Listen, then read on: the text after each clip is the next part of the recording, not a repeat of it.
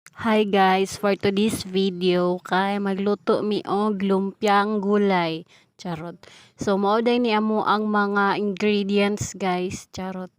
Nami diri kaning carrots, patatas. So gi-slice tamo ni og bali gagmay kayo siguro ang patatas kay naani sa mga 50 ka slices. Charot. Bitaw.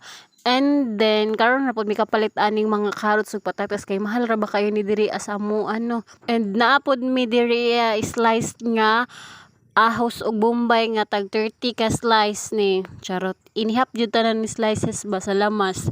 Kay lagi tag isa ra man to kabuka mo ang carrots ug patatas nga napalit guys.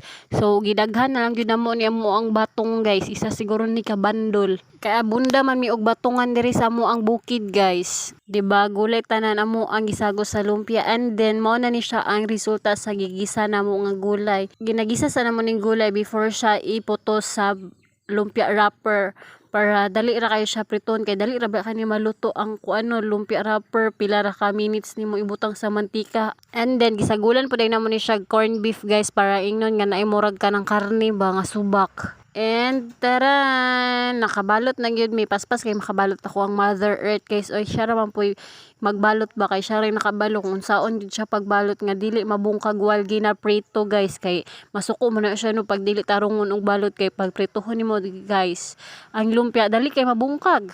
O di ba perfect kay ang pagkaluto guys.